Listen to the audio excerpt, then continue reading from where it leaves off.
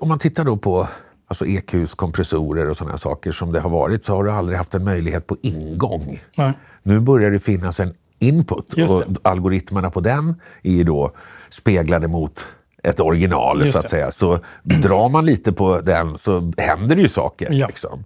Och det tycker jag, det är samma som parallellkompression. Det fick man göra 2 bussar för det fanns inte en mix på en kompressor. Nej. Nu finns ju, det är ju taget vidare sådär. Och det är ju, du sa det här API, och tittar man på API och NIV och de här pluggarna, så finns det ju alltid en input nu. Och man ska ju inte liksom, jag testar och dra upp lite. Det är bara att dra den på fullt och se vad som händer. Ja, precis. Ja, men så man hör att det skiter på sig. Och det är ju UAD också, vad heter den? Det är väl bara preampen. 1073? Ja, den du kan ha både line och line. Och den, alltså på bas är det är bara att dra fullt. Ja. Liksom, helt plötsligt, då börjar det knorra och hända grejer. Liksom.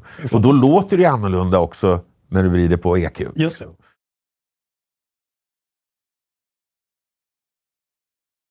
Hejsan allesammans, Magnus på Fitzpatrick här och välkommen till vår lilla intervjustudio. Och i soffan, fåtöljen, bredvid mig, Pontus Norgren.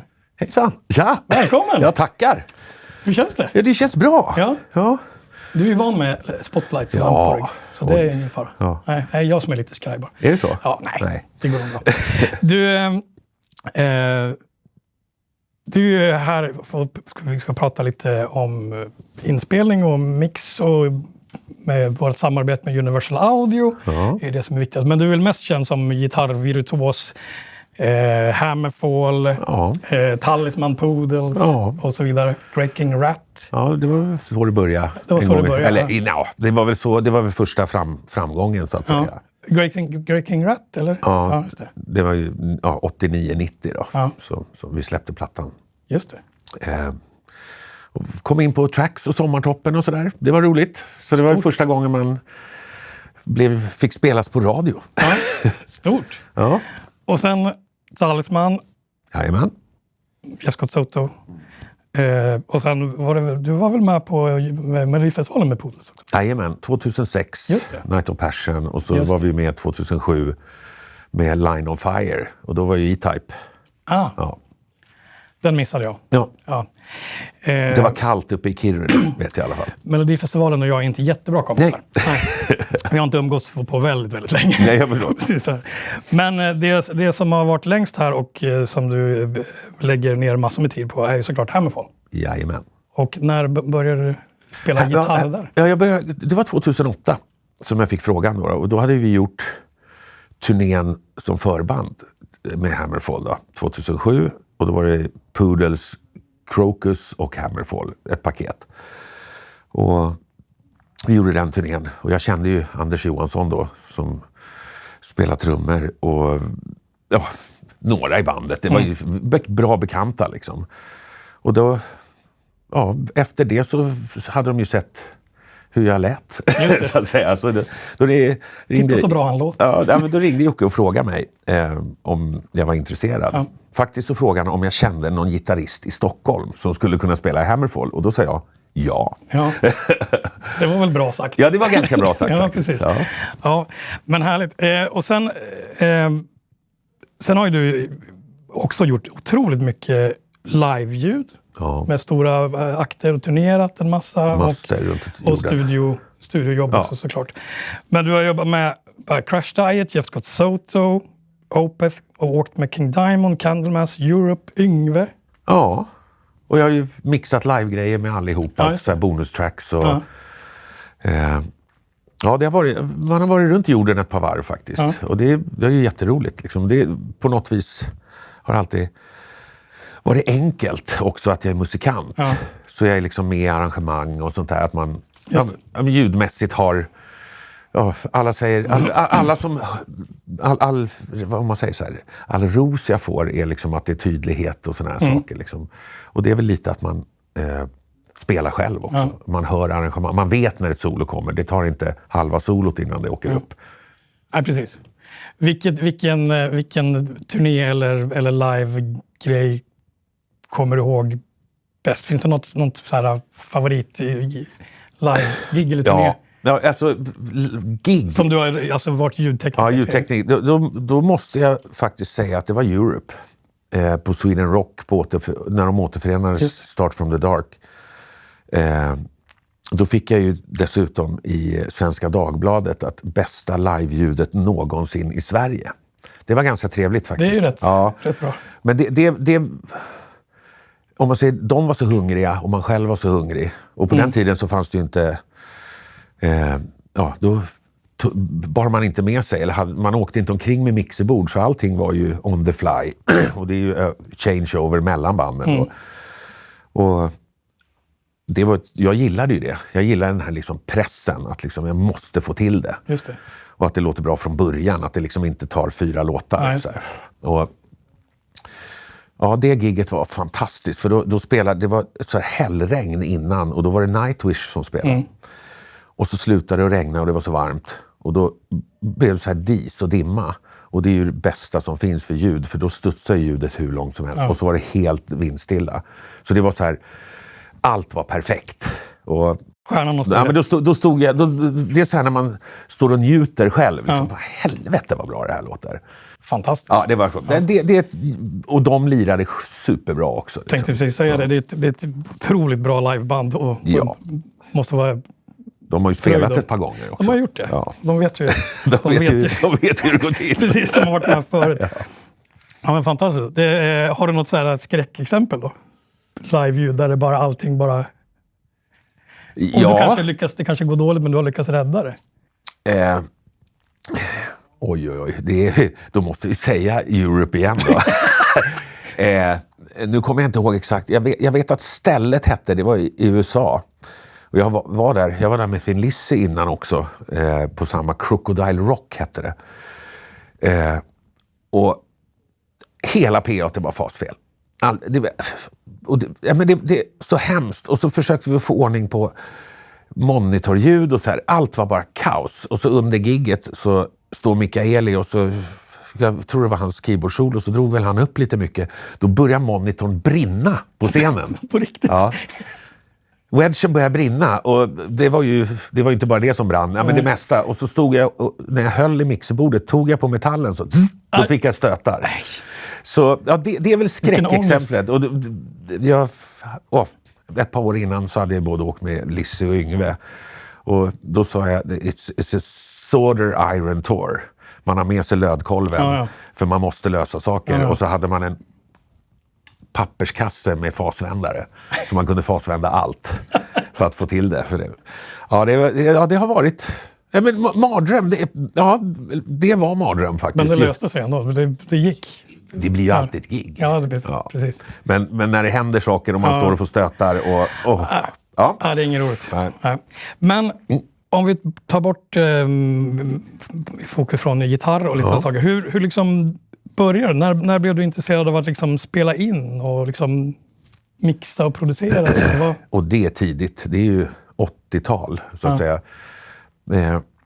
Min brorsa Johan är ju trummis och han spelade ju med ett band som heter Standby med Carola Häggkvist då. Så de hade replokal och fick väldigt mycket Jerker Antonio. Ja. Yep. Så han hade ju musikbörsen på den tiden och han älskade brorsans band liksom. Så brorsan fick någon så här, 12-kanals mixer och sådana saker, och till sist så fick de en Porta då senare. Och den stod ju uppkopplat i källaren, så jag hade ju 4-kanals. De repade hemma? Standby repade ett dagis i Mälarhöjderna, men jag gjorde ju om mammas och pappas källare i villan, så där hade vi replokal med trumpodium och dubbla marsastackar och allt. Trumpodium? Jajamän, det var viktigt. Det är viktigt. Ja. Man skulle inte hoppa bara, för då drog man huvudet i betongtaket. Nej, men där började liksom... jag började spela in grejer. Så här. Och då fick vi spela in live, så att säga. Yep. Bastrummor, 2 gitarrer och keyboard på 2 kanaler. Och så fick man ju bolla lite efteråt. Och så Tascam 4-porta? Eller? Ja, precis. Så då var det ju mycket pingpong. Och min brorsa hade också ett kassettdäck som man kunde ta upp dubbla hastigheten på så man fick ner brus. Så då kunde man köra dit och tillbaka. Så, det var där jag började förstå, om man säger det med ingång, och att drog man upp lite högre på gainen så fräste virven bättre exempel och sådana här saker. Att man inte kunde göra det på baskaggen. Så där hittar man sätt. Och efter det så vart det naturligt, och så började jag liksom vara den här jobbiga tonåringen som gick till studios. Och då promenerade jag över till Parkstudion, för det ägde ju Sonetten. Då satt ju Ola Håkansson där ute och Tim Norell och jobbade. Och då gick jag dit och stod utanför tills någon öppnade. Och så frågade jag om jag fick komma in. De tyckte jag var asjobbig. Men jag var där alldeles för ofta. Och då tittade jag över axeln på liksom massa folk hela tiden. Sen, och efter det så har det ju bara fortsatt, så att säga. Så det var så det började. Det började i källaren hemma i Mälarhöjden med 4-kanalsporta och en MM-mixer. Och väldigt konstiga mikrofoner. Men det funkade. Men då kunde du sa mikrofonen. Live versus studio med mikrofoner. Tycker du att det är liksom samma, eller är det skillnad? Där handlar det ju om att du kan ju använda stormembransmikrofoner och så här om du spelar arenor. Och det som kom på 90-talet när man hade stärkare och så här bakom scenen istället, så det inte störde liksom, och då kunde du inte få, om man säger stormembrans där feedback och sånt här. Men i annat fall, om man säger i studio och använda bra mikrofoner är ju fantastiskt. Men live så funkar 57an till allt, brukar jag säga. Den har ju använts till allt också. Och funkar det? Ja. Nej, men det är också lite så här rolig så här story från, vi kommer till Cleveland med Candlemass. Och så ska vi spela i Flats hette det. Det var ett litet speciellt område med massa strippklubbar och sånt här. Och så kom jag in och så sa kan jag få kolla på mickväskan? Ja, den står där, säger han. Och så öppnar jag den. Då ligger det bara 57 i hela mickväskan. Och jag bara, du har ingen D112, eller du har ingen basstrum i mick. Det funkar med 57, sa han. Och det gjorde det. Så, det funkar med 57. Så, det var roligt faktiskt. Man har liksom hamnat i situationer där det är så här, det är bara att köra. Och det funkar ju. Ja, men precis som du säger, man ser ju mera, eftersom det är in-ear och sådana saker nu, man ser mera, och inga stärkare, man ser mera stormembransmikrofoner live nu än tidigare. Ja, men möjligheten också med isoboxar och sådana här saker. Och det finns ju alla modegenrer, men man behöver ju ganska stora om det ska bli bra, liksom, så du inte får några fasreflektioner och sånt där. Men då kan du ju använda vad du vill, så att säga. Och just att du inte behöver kräma stärkare, så dra upp volymen så mycket i dagens läge för att du ska höra det själv. Det är inte en monitor längre.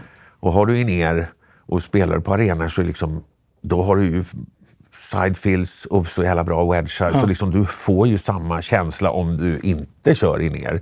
Och då kan ju allting, det är väl John Petrucci, han har ju sina stärkare. För vi åkte med Opeth då, Progressive Nation-turnén, och jag körde ljud. Och då hade Petrucci sin Mesa-rigg såklart. Och det var väl dry, wet, dry variant sådär. Eller vad heter det? Wet, dry, wet heter det. Nu vände jag på det. Och det stod ju alltid på arenorna jättelångt bak. Men då hade han en 212 Mesa som var hans wedge, som man alltid står på. För att få, om man säger det här, bara vibrationerna från en låda liksom. Eller lådbasen som jag säger, runt mellan 200 och 400. Tittar man när han står och spelar så står han ju alltid med benet uppe på den lådan. Liksom. Så får han feeling. Liksom. Ja, och det är lite samma med sång. Att liksom, även wedgar, man behöver inte ha diskanterna ikopplade för en sångare. För är han i närheten så får han bara boostad bröstklang, om man säger. Och det är ju samma som att man får lådan som kom. Men att man spelat på små ställen med ackgitarr och grejer, man inte hör riktigt. Så får man ändå, man känner ändå ackgitarren till exempel i i kroppen. Så att man vet ungefär vad man är. Ja, ungefär. ungefär så. Man är i samma ballpark och sjunger eller någonting. Men och sen blev det ju liksom då, liksom, från din porta så blev det ju liksom lite mera grejer, rullbandare och sen hamnar man i någon form av dator.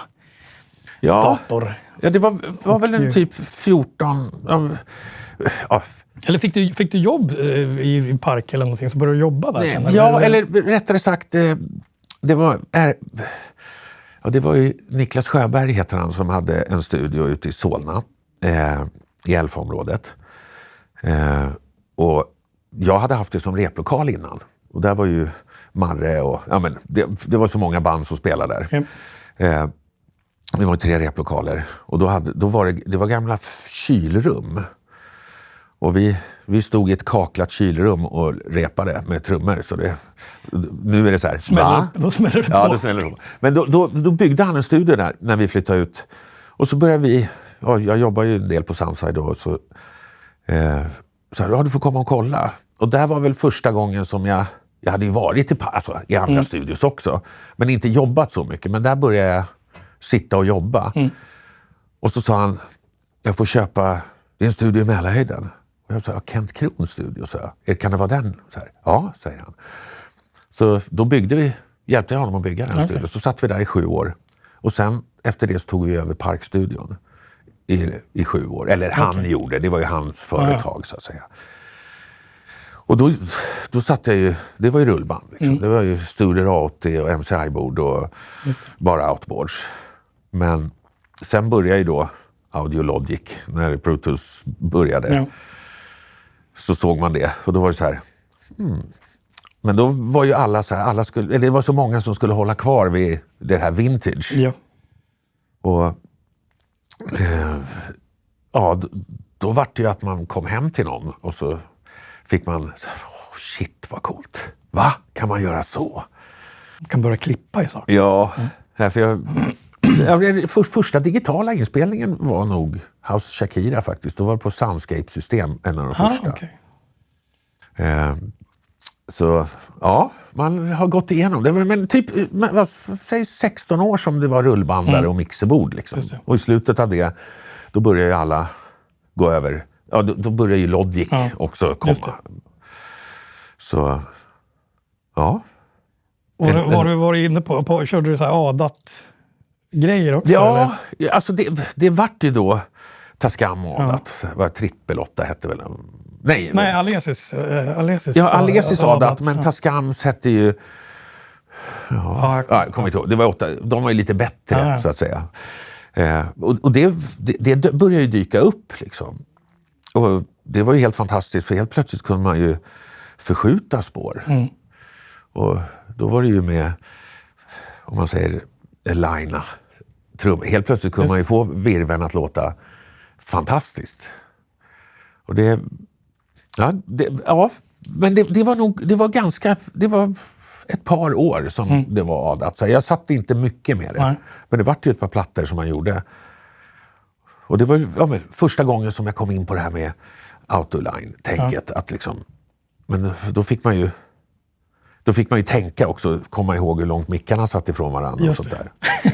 Men man får vara matematiker samtidigt. Ja, du såg ju inga vågformer. Så man fick tänka samples. Eller man kunde ju välja vad man skulle nudga det med. Men just att det gick. Så då var det ju ofta 2 ADATar. Och så hade du spelat in trummorna kanske på 12 kanaler. Då hade du ju faktiskt 4 kanaler över. Och då pingpongar du fram och tillbaka. Så du delayar, spela in det på andra. Och så tillbaka. Så du hela tiden bytte ut. Och då kunde du ju så här, golvpukan fäste inte på. Så flyttade du fram och så bara, där fäste den på. Och då spelar du, pingpongar du digitalt fram och tillbaks. Ja, just det. Vilket meck. Det tog tid, kan jag säga. Ja. Idag är det lite enklare. Det är lite enklare. Lite enklare, ja. Men vad... Den största skillnaden mellan att mixa då på rullband och bord mot att sitta in the box idag med Pro Tools till exempel. Vad är den största skillnaden? Vad tycker du? Approachar du en mix på samma sätt? Ja, det gör jag. Alltså på något vis. Och, jag är väldigt sparsam med plugins. Inte på grund av att jag ska vara sparsam, men jag tänker lite channel strip insert och så ligger en kompressor. Så såklart det är fantastiskt att man kan göra en färdig channel strip med ett sångljud som är klart. Men fortfarande så jobbar jag nog lite gammaldags där. Det är ju bara att nu har man hur många bussar som helst så man kan göra kompressionen lite lättare och sånt där än vad man gjorde förr. det underlättar ju en del. Då fick man ju välja så här, man fick använda virvelreverbet, det fick också vara gitarrreverbet och så fick det vara, det var ju massa sådana saker och med kompressionsbussar och sånt där. För det fanns ju, om man inte satt på stora SSL-bord så då fanns det ju mer möjligheter. Och det... Är inte det också liksom, det kan ju vara en nackdel nu när man har liksom, det som du säger, man har ju många bussar som helst, man kan slänga på vilka reverb man vill på vilket instrument som helst. Ja. Men då kanske man inte får det här sammanhållning när flera saker går in i en. Nej, precis. Nej, jag spelade ju in, det var ju Candlemass då, det var det sista Polarstudion innan det revs. Och Lennart och jag har varit väldigt goda vänner och har varit det sedan dess. Lennart Östlund då. Ja. Och han har alltid sagt att musiken ska vara i samma rum. Yep. Och det är inte ofta i dagens läge. Nej. För liksom det finns inte samma klanger. Nej. För man använder olika klanger på olika saker. Och det är inte dåligt. Det finns ju inga regler hur det ska vara. Men på den tiden, när man satt hands-on mixerbord, så var det ju mer... Då placerades allt i samma rum, för man fick återanvända. Eller liksom, ja, och så var det ju när man mixade ner, då stod alla med 8-10 händer och så skulle han muta av den och dra upp det reverbet och där. Exakt. Men då var det var ju samma delay på sången som på gitarrsolorna. Så allt gifte sig lite mer. Precis. Jag tänker lite så också, även som jag säger så här, det finns fler bussar, det är enklare. Man kan använda olika delayer och ha lite olika känsla, men man kan ju ha samma karaktär på dem. Liksom. Precis. Eller reverb. Ja. Och det är ju lyxen vi har i dagens läge. Precis. Ja. Men hur kom du i kontakt med, för jag vet att du har kört UAD sen dag ett. Sen dag ett och UA-pluggar och allting. Hur fick du nys på det då? Hur jag fick nys på det? Jag tror det var om jag träffade Uffe Mikkoll som jobbar här. Ja. På Estrad tror jag det var.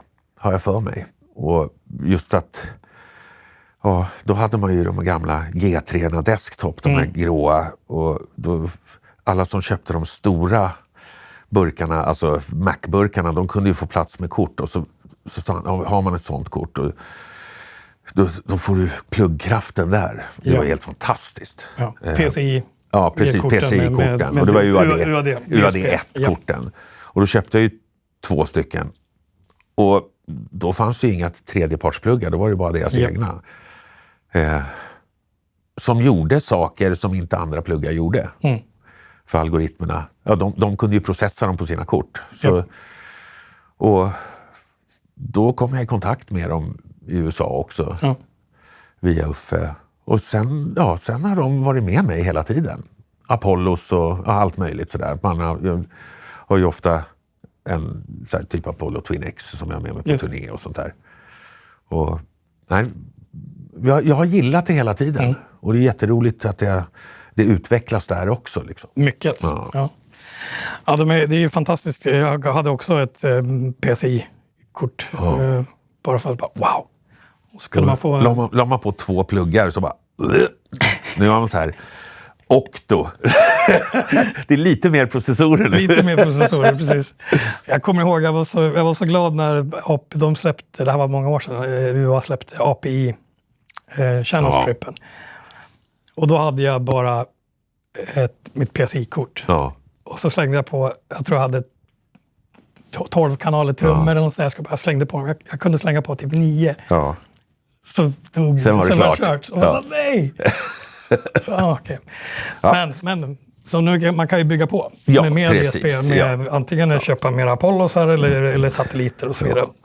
Men nu gör de ju UA-pluggarna i native också. Så precis. Vad är det? Sparks? Ja, Spark. Ja, precis. UADX. Ja, precis. Ja. Och det är ju fiffigt. För nu kan du ju då, om du tar med din lilla och vill sitta och mixa, så kan du välja att använda datorns processor eller UAs processing. Så det är ju supersmidigt. I dagens läge, om man tittar på processorerna i datorer, så är det lite mer drag i dagens läge. Det är lite mer drag, ja. Men hur ser din setup ut idag i din studio? Jag har ett HDX-system med en Omni och en 888 då, som hardware. Och så har jag Neumann 310 med 850 sub. Och så har jag ju precis köpt lite nya burkar. Just det. Ja, men jag har varit väldigt in the box. Ja. Alltså hela tiden, och liksom, eller om man säger, jag har gett en chans. Och jag har inte saknat outboardsen och sådär på det sättet, men då har jag mixar ju ofta bara. Jag sitter inte och trackar så mycket mer än gitarrer och sånt där. Så jag har liksom just preamp-sektionen har blivit, sen jag fick HDX också, så har jag ju kunnat använda alltså channel strips. Just det. Så jag liksom har det i Pro Tools. Men nu vill jag gå vidare lite liksom, och få i alla fall några saker. Du inspirerade mig också när jag var hemma hos dig. Just det. Ja. Så, och jag har tänkt på det väldigt, väldigt länge, men inte tagit tag i det. Liksom. Jag har också kört in the box jättelänge, men så har jag börjat med lite hårdvara, och det är jättemysigt. Ja. UA-pluggar är fantastiska, man kan ha hur många som helst, men det är också det är lite hands-on, som man säger. Ja. Det är det som... Ja, det händer någonting. Ja. Jag tror att... Och så är det ju så hur mycket man matar in i analoga saker. Där får man ju tänka lite mer när det är digitalt. Att det man har inspelat, då får man ju använda saturation-pluggar för att liksom återskapa kanske en saturation i en EQ eller en kompressor och sånt där. Och det går ju det också. Men det blir ju lite roligare bara pusha på lite och så, fan, nu händer det grejer. Precis, för du kan ju pusha hårdvaran på ett annat sätt. Precis. Så du får ett annat sound. Men jag hörde, det var någon plugin-tillverkare som berättade att de medvetet programmerar parametrarna i pluggen om de ska jämföra med en hårdvara. Ja.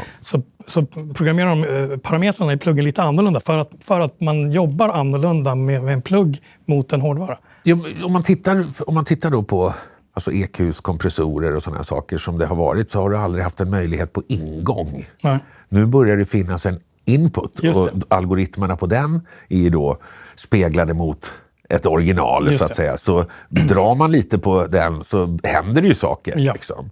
Och det tycker jag, det är samma som parallellkompression. Det fick man göra 2 bussar för det fanns inte en mix på en kompressor. Nej. Nu finns ju, det är ju taget vidare sådär. Och det är ju, du sa det här API, och tittar man på API och NIV och de här pluggarna, så finns det ju alltid en input nu. Och man ska ju inte liksom, jag testar och dra upp lite. Det är bara att dra den på fullt och se vad som händer. Ja, precis. Ja, men så man hör att det skiter på sig. Och det är ju UAD också, vad heter den? Det är väl bara preampen. 1073? Ja, den du kan ha både line och line. Och den, alltså på bas är det är bara att dra fullt. Ja. Liksom, helt plötsligt, då börjar det knorra och hända grejer. Liksom. Och då låter det annorlunda också när du vrider på EQ. Just det. Så, ja. Har du någon favorit-UA-pluggar som du alltid går till? Ja, jag har... jag är så dålig att komma ihåg. Det är ju de här NIV-kompressorerna. 3369? Precis, tack. Både den gråa och svarta. Ja.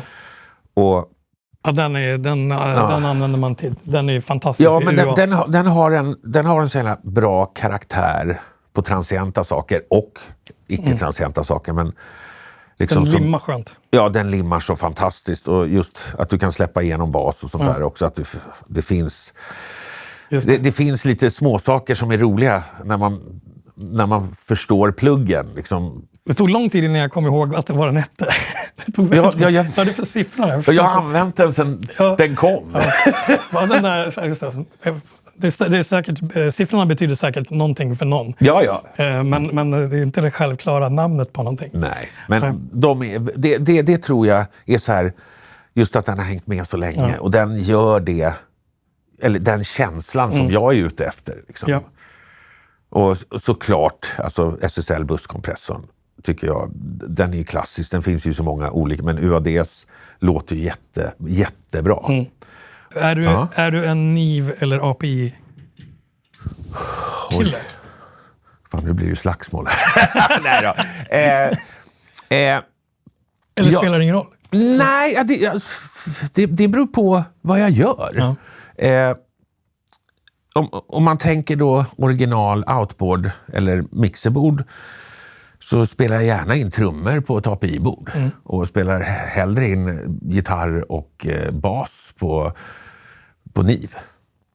Med sergerering och sånt där. Och det är ju, om man både blandar live eller studio, så är det ju live-sidan, så vill man ju gärna ha ganska många de här Midas XL8 preampsen. För då kan du ju bara gasa och så drar du ner output. Och då spelar det ingen roll vilken mixerbord du har. Och det är lite... Ja, men... Vad man är ute efter. Jag gillar ju Kallräck-borden också. Det hade ju Lennart. Och SSL gillar jag. För det är liksom... Det beror ju på vad du ska åstadkomma. Yeah. Men nu för tiden heter det inte pre-production. Nu heter det post-production allting. Och för att möjligheten finns. Men förut fick man ju faktiskt tweaka in. Just det. Så du liksom inte behövde göra så mycket sen. Nej. Så du kunde utnyttja fler liksom kanaler. Precis. Så att säga. På mixerbordet, och det var... Ja, baskagge var färdig. Men du splittade upp den på 4 kanaler och gjorde en klick. En sustain-kanal och så en subkanal bara liksom. Och då la du upp det på 4, men då fanns ju redan soundet där. Liksom. Så kunde du plocka fram saker ur det soundet, så att säga. Precis. Så, men det är en knixig, det är som man säger, nu är det fight. Ja. Nej, men det där har man hört flera säga, just att API gärna i truminspel eller trumgrejer och sen NIV till det andra. API har ett smack i sig som funkar, som är väldigt trumvänligt. Den är väldigt transient. Ja. Alltså. Och där kan ju SSL:en också vara väldigt transient. Liksom. Om man går upp på SSL, de här 9000 borden, då kan det vara nästan obehagligt på en virvel, för de pallar så mycket transienter. Ja. Liksom. Det blir nästan ett... Och det kan det bli på puker också. Ja. Och det händer ju inte så ofta i ljudkort i dagens läge. Nej. För det finns ju alltid, som i Pro Tools, välja softklipp. Så du tar ju förbi sådana, men när det blir så här övertransient, då låter det nästan fel. Men det är ju inte fel. Nej. Så, nej men alltså, då är det just här, talar om vinter, så är det ju, om man säger, signalvägen är ju egentligen, det låter bättre om vi spelar in på det där NIV-bordet. Ja, då spelar man in. Och så routar du om det till kanal 4 istället för ett baskaggen. Och så bara, oj vad bra det låter. Ja, men det är ju inte preampen. Det är ju preampen som tar hand om ljudet som går in. Och så man kan ju inte säga, det låter bättre om man spelar in på det där. Nej. För allting är olika, och det har jag ju lärt mig när vi satt i Parkstudion med så här AMEC Mozart-bord. Det var ett 56, ett stort jävla bord. Och det var ju inte så att du la trummor på 1-12. Trummorna låg ju över hela bordet, för du hade, där låter golvpukan bäst, där är den. Och sen fick du bara summera in det. Det är ett fantastiskt hantverk, tycker jag. Där man har liksom jobbat så länge som man med bordet och vet att virveln låter bäst på kanal 7. Ja. Jag tycker det är fantastiskt. Kanal Lennarts Kallräck. Ja, Lennart får väl rätta mig då. Men jag har för mig att då var det baskaggen lätt bäst på kanal 17. Ja. Och det är alltså inspelning. Ja. Då låg den på 17. Men du pratar här med saturation och grejer. För nu så är det ju så här, nu går det in i en, oftast kanske bara en mick som du kopplar rakt in i ett ljudkort med en preamp som är stenclean. Ja. Och så lägger man på all saturation efteråt. Och nu är det hype de senaste åren med saturation-pluggar och saturation i en plugg eller i en channel strip eller någonting. Jajamän. Men tidigare så var det så här, du hade preamp, du hade kompressor, du hade channel strippen i bordet. Ja. Allting. Det var många preamps om man säger. Allting la till sin saturation, sitt sound. De snackar till exempel om Van Halens gitarrljud. Ja, men det är inte bara gitarren och stärkan. Det är, liksom, det är micken, det är bordet, det är hela grejen som skapade soundet. Ja, men om man tittar man hur många kilometer kabel är det inte i studios som lastar en mikrofon olika och sånt där. Och där är det ju alla mixerbord. Nu kommer jag inte ihåg vad de hette, Mackie-borden, de här små som man var tvungen att använda förr i världen. Ja, de här FX. De preampsen på de första, fantastiskt till en 57. Ja. Låter bäst. Alltså, då blir det sånt satans drag i 57. Ja. För den lastade 57 på rätt sätt. Och det är ju samma sak om man pratar gitarr. Att jag har ju berättat om motorkortet där, ett gammalt som jag använder. Där jag tycker när man kör alltså digitalt så lastar den gitarren så fantastiskt. För det blir en enorm dynamik. Och det har ju varit problem ända sedan Line 6, det digitala kom, just att få dynamiken i. Och det är på grund av att då hette det ju line in. Då fanns det ingen last. Nej. Och det är samma sak med alla mickar. Och tittar man på Neumann och såna, om man säger de mickarna, de hade ju en egen preamp som lastade micken rätt. Precis. Så det är inte, alltså här kan man ju nörda ner sig ganska hårt. Det kan man absolut göra. Tar tid. Alltså, du jobbar ju mycket med hårdrock. Ja. Det är ju rock liksom, som du har gjort under alla... Ja, men det har ju varit... Jag gillar ju alltså, klassisk hårdrock, liksom. Blues. Men som du både har liksom turnerat med och varit ljudtekniker med och jobbat med studion. Trummorna är ju en enorm viktig del i... Ja, det är ju kärna i en produktion. Precis. Liksom. Men trummor och bas är det ju liksom. Ja, precis.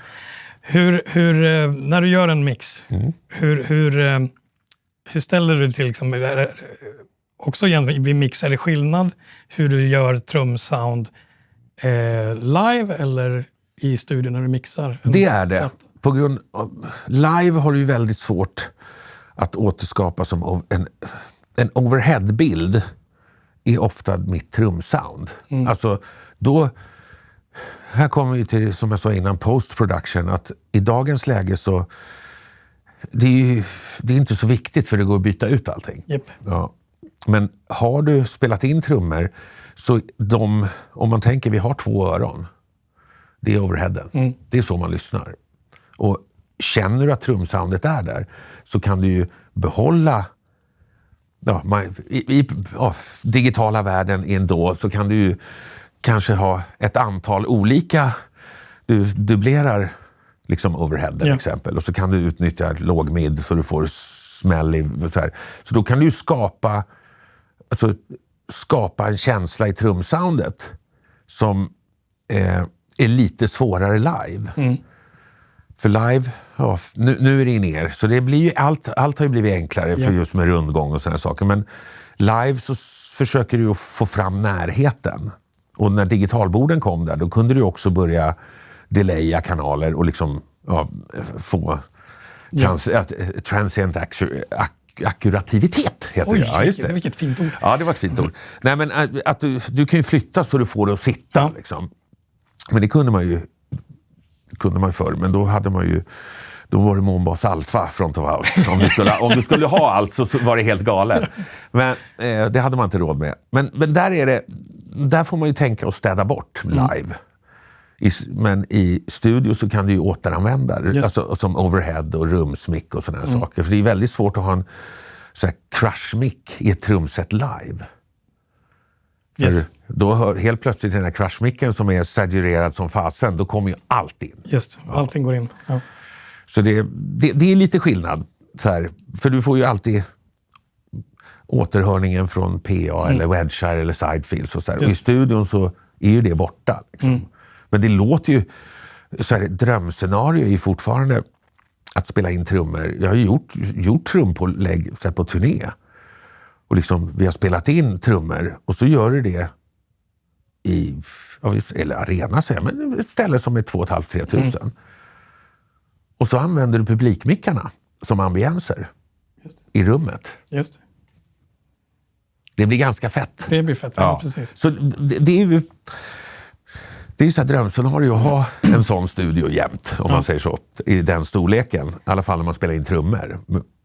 Precis.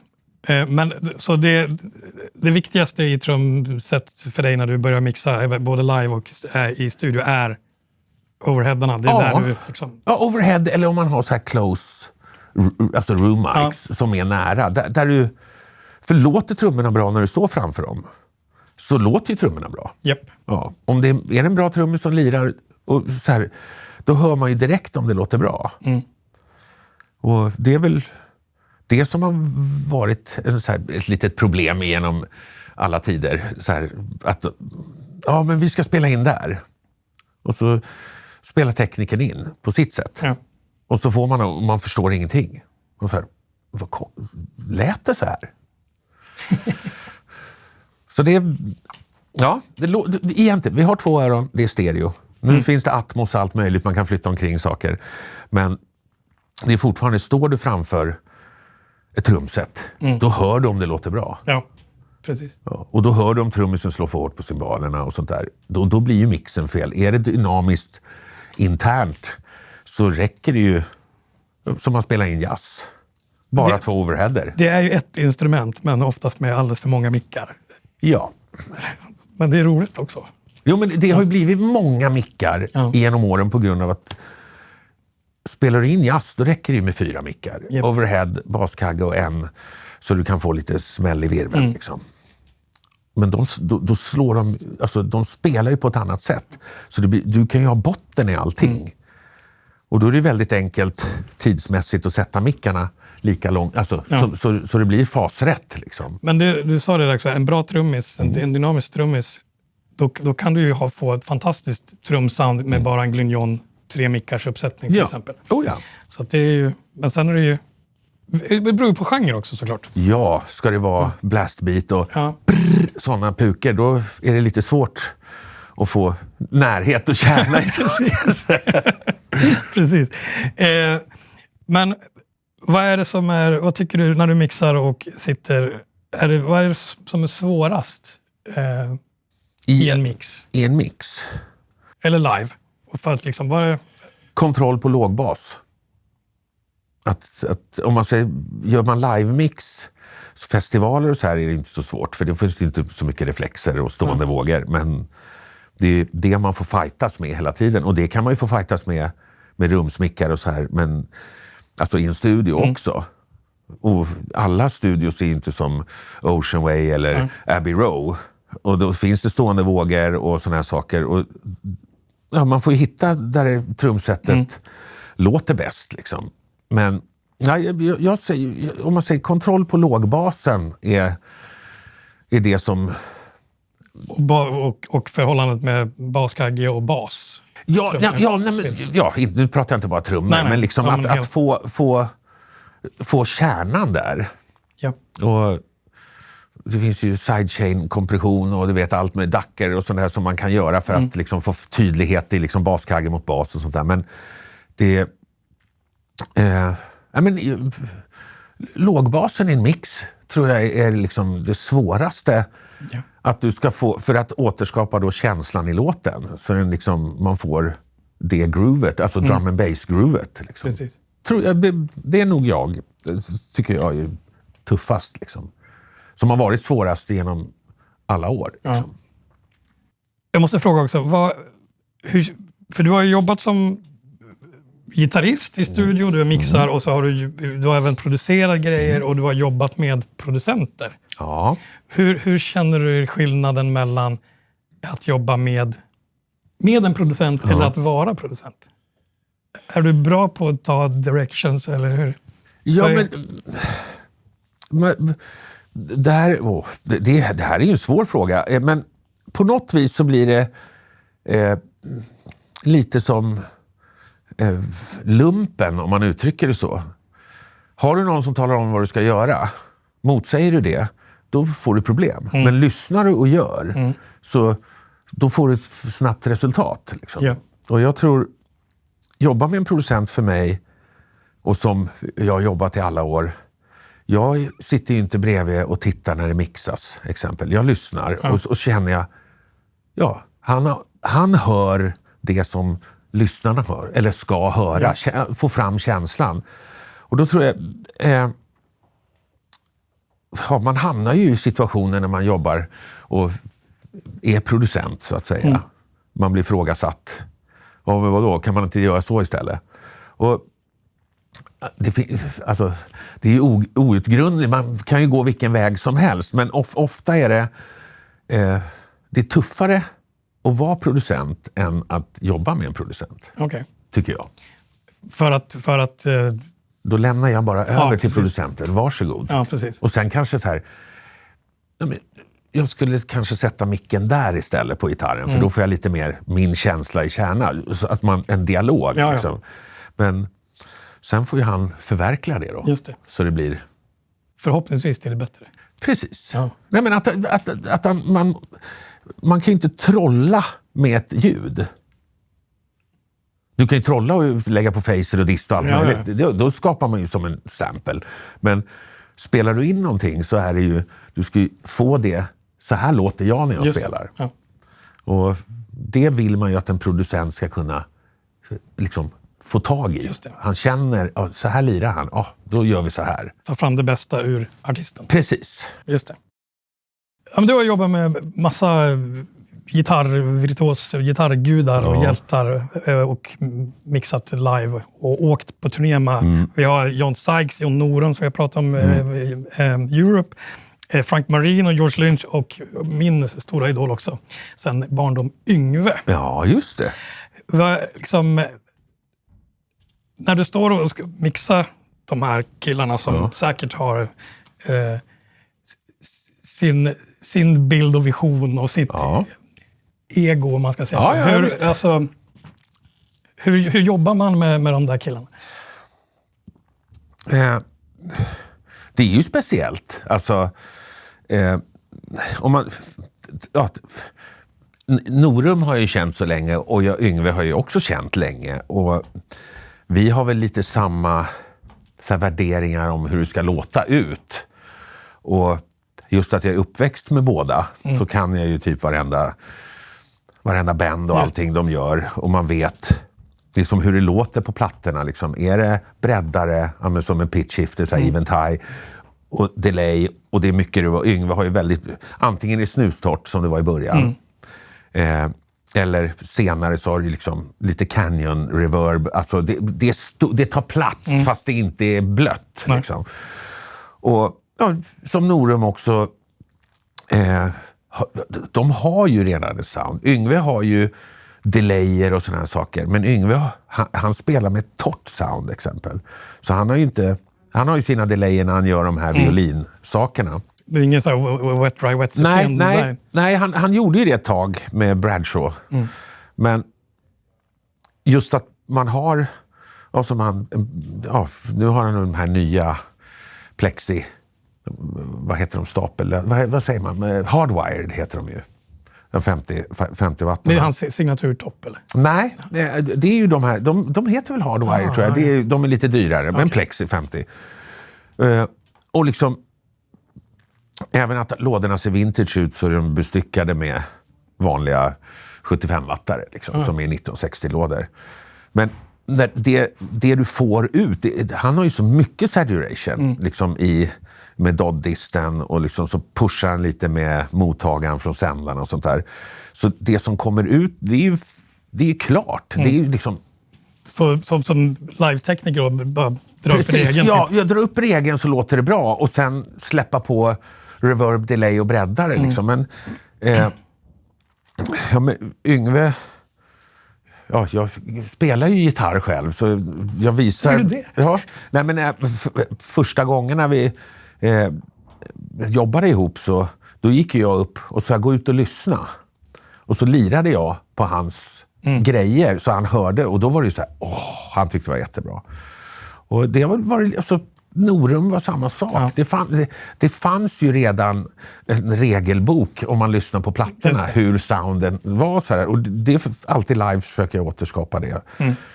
Där var väl John Sykes lite svårare. För han visste väl varken bu eller bä. Jag tyckte hans nummer 2-förstärkare lät typ 1000 gånger bättre än ettan. Ja. Men det var ju psykologiskt att han skulle använda ettan, för den hade han spelat Still of the Night på. Just det. Och det lät ju skitbra. Ja. Så, men han var lite mer så här ska det vara. Jag gillar verkligen John Sykes när han var med Lizzy och Whitesnake. Han är bra. Och Blue Murder-plattan också. Ja. Nej, men det är så mycket musik i honom. Han är så musikalisk. Och det är som George Lynch också. Jag jobbar ihop ganska mycket som tekniker med honom. Jätteroligt faktiskt. Men George har ju mer... Han är lite mer... Alltså Eddie Van Halen typ. Han har ju skapat sina färdiga... Han kör ingen wet, dry, wet, men han har ju skapat sina sound. Liksom. Ja. Så där var det var ju en stereo-setup så att säga. Och man bara drog upp reglarna och så här, tack! Sen var det Frank Marino då. Om man tycker att Yngve och så här, Jan Norum spelar högt, så spelar Frank Marino högre, säger jag. Okay. Bara. Och med 15-tummare och alltså det är skitballt sound. Han har ju, det är ju karaktären. Men ja, det var speciellt faktiskt. Men det måste ju, om man spelar på små ställen med de där killarna som spelar så starkt, så måste man säger du till dem att det är för starkt för att du inte får ut i PA? Eller du bara... Nej, det kan man inte göra. Nej, du höjer allt annat. Men ofta, jag vet med Yngve, vi pratade lite innan här just om i Schweiz så är det ju lika stenhårt. Eller de var ju nästan först med det här 100 decibel. Ja. Och Yngve ställer upp sina grejer. Och likadant när jag var ju innan med Thin Lizzy då.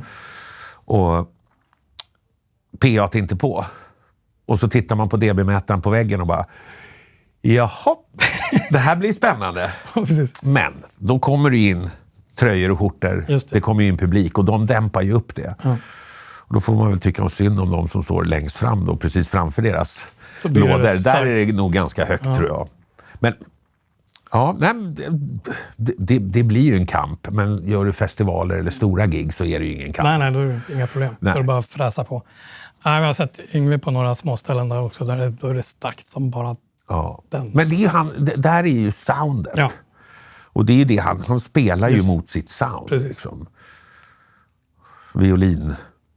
Violinhänget liksom. Och det är ju spela högt, man är ner, då kan man ju ha en sustain-högtalare så gör jag exempel. Så man kan få feedback och liksom häng på toner. Men den behöver inte vara hög. Nej. Det är bara att man står på rätt ställe. Just det. Då får man ha de här lite roliga kryssen som man vet. Och det såg jag faktiskt, jag tror att det var... Så man vet var man ska gå när man ska få feedback? Ja, där är det H, eller där är det B. Där är det, där det liksom hänger. Det såg jag på Grönan tror jag. Det var med John Sykes, men på Phil Lynotts, när han kom solo då. Just det. Så var ju det gigget. Då hade Sykes kryss där det stod alltså toner. Ja, då hittar man. Så det är lite roligt. Ja, det är inte bara han, det är många som... Men om man säger, det har varit en jätterolig resa liksom, att få jobba med alla de här människorna. Och liksom... Men när du mixar sådana gitarrgrejer, vad liksom... Eller i studion, du har mixat liveplattor och grejer. Hur processar du en gitarr vid mix? Jag ser till att micken sitter på rätt ställe, säger jag. Och... Återigen, skit in, skit ut. Ja, och om man tänker då... Om man säger hjältarna, de har ju alltid spelat på arenor.